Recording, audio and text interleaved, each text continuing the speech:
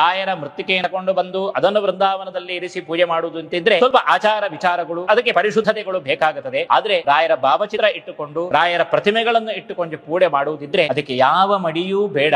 ಕೃಷ್ಣನನ್ನು ದರ್ಶನ ಮಾಡದ ಏನಗೆ ಗೋವಿಂದ ಅಂತ ಹೇಳಿಕೊಂಡು ಆ ರಾಯರ ಒಳಗೆ ಇದ್ದಾರೆ ಅಂತ ಹೇಳಿಕೊಂಡು ಚಿಂತನೆ ಮಾಡಿಕೊಂಡು ರಾಯರ ಸ್ಮರಣೆ ಮಾಡುವುದಕ್ಕೆ ಯಾವ ಮಡಿಯ ಅಡ್ಡಿಯೂ ಬರುವುದಿಲ್ಲ.